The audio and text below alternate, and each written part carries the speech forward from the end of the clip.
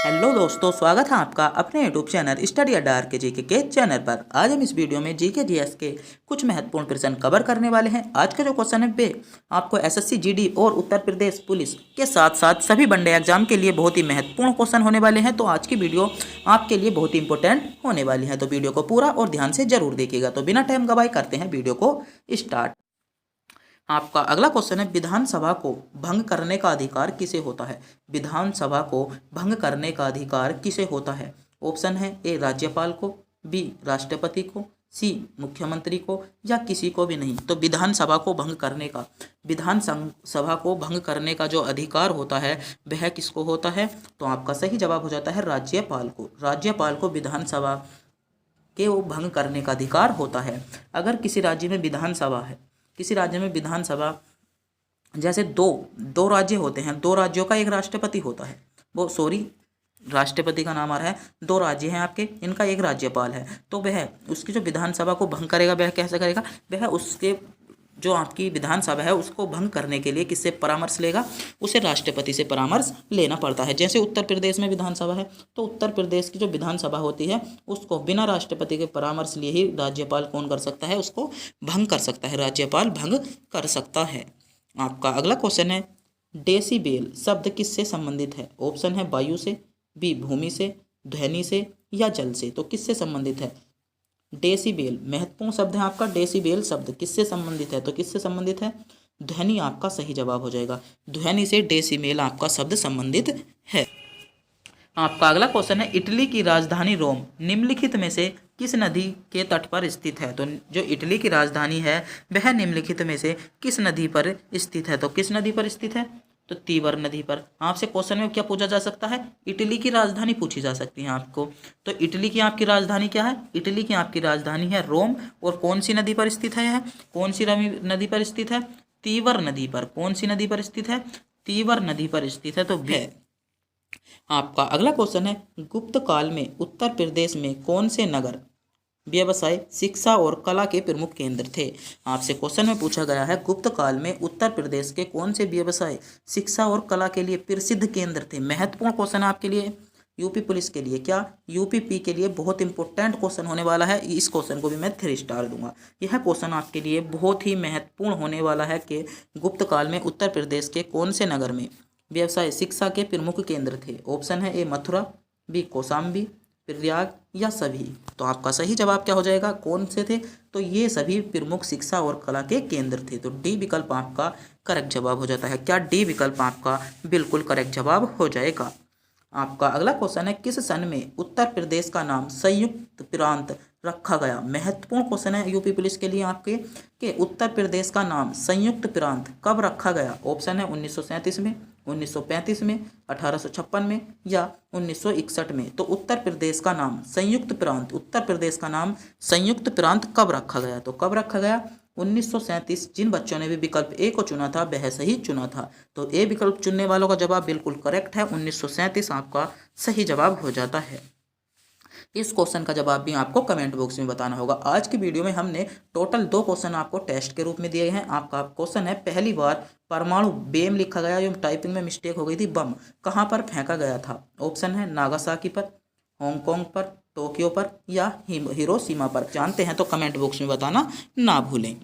आपका अगला क्वेश्चन है, अंग महाजनपद की राजधानी क्या थी? तो अगर आपने भी प्राचीन इतिहास को पढ़ा होगा तो आपको यहाँ पर अंग महाजनपद का जिक्र आया होगा। अगर आपने भी हिस्ट्री पढ़ रखी है प्राचीन, तो वहाँ पर आपको अंग महाजनपद का जिक्र मिला होगा।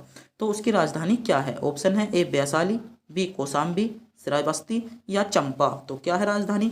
जल्दी से जल्दी कमेंट बॉक्स में बताइएगा आपका उत्तर क्या है। जज कीजिएगा कि अंग महाजनपद की राजधानी, अंग महाजनपद की राजधानी को जज कीजिएगा। तो आपका सही जवाब क्या हो जाएगा? चंपा। जिन बच्चों ने डी विकल्प चुना है वह बिल्कुल सही चुना है। तो डी विकल्प चुनने वाले बच्चों का जवाब सही है। आपका अगला क्वेश्चन है, पृथ्वी की आयु की गणना में किस तत्व में संभावित समस्थानिक का उपयोग किया जाता है? आपसे क्वेश्चन में पूछा गया, पृथ्वी की आयु की गणना का पता लगाने के लिए किस तत्व की समस्थानिक का पता करा जाता है? ऑप्शन है कोबाल्ट की, बी कार्बन की, सोडियम की, या रेडियम की। तो ऐसा कौन सा तत्व है? तो आपका कार्बन, बी विकल्प बिल्कुल सही जवाब होगा। क्या कार्बन आपका सही जवाब होगा।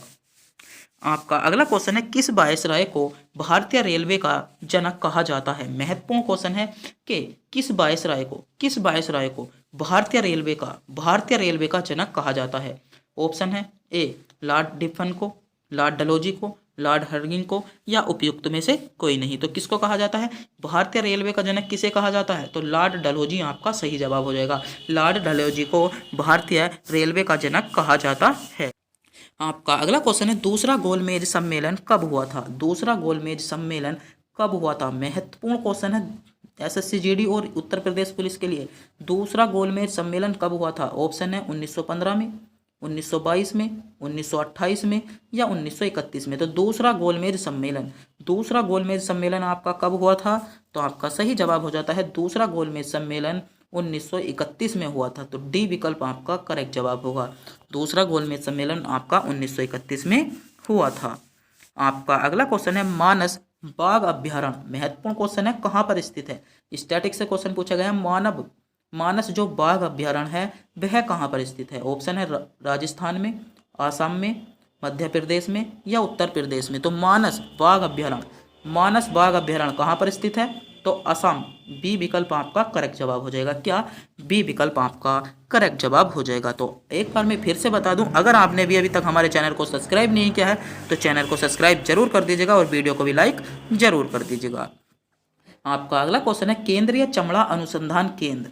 महत्वपूर्ण है, केंद्रीय चमड़ा अनुसंधान केंद्र कहाँ पर स्थित है। ऑप्शन है वाराणसी में, चेन्नई में, हैदराबाद में, कानपुर में। तो केंद्रीय चमड़ा अनुसंधान केंद्र आपसे क्वेश्चन में पूछा गया है, केंद्रीय चमड़ा अनुसंधान केंद्र आपका कहाँ पर स्थित है। केंद्र अनुसंधान केंद्र आपका कहाँ पर स्थित है, तो चेन्नई। बी विकल्प जिन बच्चों ने भी चुना है वह सही चुना है, तो बी विकल्प आपका करेक्ट जवाब हो जाता है। केंद्रीय चमड़ा अनुसंधान आपका चेन्नई में स्थित है। आपका अगला क्वेश्चन है, विश्व की जनसंख्या का लगभग कितना भाग भारत में निवास करता है। आपसे क्वेश्चन में पूछा गया है कि विश्व की टोटल जो जनसंख्या है उसका लगभग कितना भाग भारत में निवेश करता है। ऑप्शन है 1/3, 1/4, 1/5 या 1/6। तो कितना भाग निवेश करता है। ऑप्शन में है 1/3 भाग, 1/4 भाग, 1/5 भाग, या 1/6 भाग। तो भारत में विश्व की कुल जनसंख्या का कितने प्रतिशत या कितना भाग क्या करता है, निवास करता है, भारत में निवास करता है। तो कितना भाग करता है, 1/6% भाग, 1/6 भाग, या विकल्प डी 1/6 भाग। आपका डी विकल्प बिल्कुल करेक्ट जवाब हो जाएगा। आपका अगला क्वेश्चन है, निम्नलिखित में से किस झील में व्हाइट नील नदी का उद्गम होता है। ऑप्शन है ए अल्बर्ट झील से, सुपीरियम झील से, विक्टोरिया झील से, या बेकाल झील से। तो जल्दी से जल्दी बताइएगा, बहुत महत्वपूर्ण क्वेश्चन है आपके लिए, सभी वनडे एग्जाम के लिए। तो आपका सही जवाब क्या हो जाएगा, तो आपने कौन सा विकल्प चुना है, जल्दी से जल्दी बताओ कौन सा विकल्प चुना है आपने। तो सी विकल्प जिन बच्चों ने भी चुना था वह सही चुना था, विक्टोरिया झील जिन बच्चों ने भी चुना था वह सही चुना था। आपका अगला क्वेश्चन है, भारतीय संविधान के जनक के रूप में किसे जाना जाता है। भारतीय संविधान के जनक के रूप में किसे जाना जाता है। ऑप्शन है महात्मा गांधी को, डॉक्टर राजेंद्र प्रसाद को, एम.एन. राव को, डॉक्टर भीमराव अंबेडकर को। तो आपसे क्वेश्चन में पूछा गया है, भारतीय संविधान के जनक के रूप में किसे जाना जाता है। तो किसको जाना जाता है, तो डी विकल्प जिन बच्चों ने भी चुना था सही चुना था, डॉक्टर B.R. अंबेडकर। डी विकल्प आपका करेक्ट जवाब होगा। आपका अगला क्वेश्चन है, मैक्सिको की खाड़ी और अटलांटिक महासागर किस जलडमरू मध्य से जुड़े हैं या बीच से जुड़े हैं। ऑप्शन है ए मलक्का, बी बेरिंग, फ्लोरिडा, या पाक। तो आपका जल्दी से जल्दी बताइएगा सही जवाब क्या हो जाएगा। मैक्सिको और अटलांटिक महासागर किस जलडमरू द्वारा जुड़े हैं, किस जलडमरू माध्यम से जुड़े हैं। तो बताइएगा किसके, तो फ्लोरिडा सी विकल्प आपका सही जवाब हो जाएगा। क्या, फ्लोरिडा सी विकल्प आपका करेक्ट जवाब हो जाता है। आपका अगला क्वेश्चन है, इस क्वेश्चन का जवाब भी आपको कमेंट बॉक्स में बताना होगा। भारत के किस राज्य की जो है सीमा सबसे लंबी है। आंध्र प्रदेश की, महाराष्ट्र की, तमिलनाडु की, या गुजरात की। तो भारत के किस राज्य की जो तट रेखा सीमा है वह सबसे लंबी है। कमेंट बॉक्स में बताइएगा किस राज्य की है, तो आपका सही जवाब क्या हो जाता है, गुजरात राज्य की। गुजरात राज्य की भारत के जो सबसे जो तट रेखा है गुजरात राज्य की सबसे अधिक है। आपका अगला क्वेश्चन है, प्रधानमंत्री के कर्तव्य संविधान के किस अनुच्छेद के अंतर्गत आते हैं? ऑप्शन है अनुच्छेद 78 के अंतर्गत, अनुच्छेद 42 के अंतर्गत, अनुच्छेद 19 के अंतर्गत या अनुच्छेद 27 के अंतर्गत। तो किस अनुच्छेद के अंतर्गत आते हैं, जल्दी से जल्दी बताइएगा। प्रधानमंत्री कर्तव्य संविधान के अनुच्छेद के किसके हैं? तो आपका सही जवाब क्या हो जाएगा, अनुच्छेद 78 आपका करेक्ट जवाब हो जाता है। क्या अनुच्छेद 78 आपका बिल्कुल करेक्ट जवाब होगा। आपका अगला क्वेश्चन है, सतलुज नदी को ऋग्वेदिक नाम क्या है? महत्वपूर्ण क्वेश्चन है, इस क्वेश्चन को भी मैं 3 स्टार दूंगा। आपसे यह क्वेश्चन पूछा जा सकता है कि सतलुज नदी का ऋग्वेदिक नाम क्या है? सतलुज नदी का ऋग्वेदिक नाम क्या है? ऑप्शन है ए सरस्वती, बी कुंभा, सी सिंधु या सतुद्री। तो सतलुज नदी का ऋग्वेदिक नाम क्या है, जल्दी से जल्दी बताइएगा। सतलुज नदी का ऋग्वेदिक नाम क्या है? तो सतुद्री। डी विकल्प जिन्होंने चुना था सही चुना था। क्या डी विकल्प आपका करेक्ट जवाब हो जाता है। आपका अगला क्वेश्चन है, लखनऊ से 1857 के विद्रोह का नेता कौन है? या लखनऊ से 1857 का जो आपका विद्रोह हुआ था उसका नेतृत्व किसने किया था? ऑप्शन है ए तातैया टोपे ने, बी रानी लक्ष्मीबाई ने, सी नाना साहब ने या बेगम हजरत महल ने। तो 1857 के विद्रोह का नेतृत्व किसने किया था या उसके नेता कौन है? तो जल्दी से जल्दी बताइएगा कौन है। तो बेगम हजरत महल डी विकल्प आपका सही जवाब हो जाएगा। किसने किया था? बेगम हजरत महल आपका सही जवाब हो जाता है। और आज की वीडियो का आपका अंतिम क्वेश्चन है कि अशोक के अधिकांश अभिलेख किस भाषा व लिपि में थे? ऑप्शन है प्राकृत भाषा और ब्राह्मणी लिपि में, बी संस्कृत व ब्राह्मणी लिपि में, पाली व ब्राह्मणी लिपि में या इनमें से कोई नहीं। तो किस में थे? तो आपका सही जवाब हो जाएगा प्राकृत व ब्राह्मणी लिपि में। तो ए विकल्प आपका सही जवाब हो जाएगा। तो आज के जो क्वेश्चन थे वे आपके यूपीपी उत्तर प्रदेश पुलिस और एसएससी जीडी के लिए टॉप क्वेश्चन थे। और आज की जो वीडियो थी वो आपके लिए बहुत ही महत्वपूर्ण वीडियो थी। तो अगर आपने वीडियो को पूरी देखा होगा तो मैं मानता हूं कि आपके एग्जाम में बहुत से ज़्यादा क्वेश्चन मिलने वाले हैं। तो ऐसे ही वीडियो देखने के लिए हमारे चैनल पर बने रहिएगा। तो चैनल पर बने रहने के लिए हमारे चैनल को सब्सक्राइब और वीडियो को लाइक जरूर कर दीजिएगा। अगर अभी तक हमारे टेलीग्राम चैनल को ज्वाइन नहीं किया है तो टेलीग्राम चैनल को ज्वाइन जरूर कर लीजिएगा।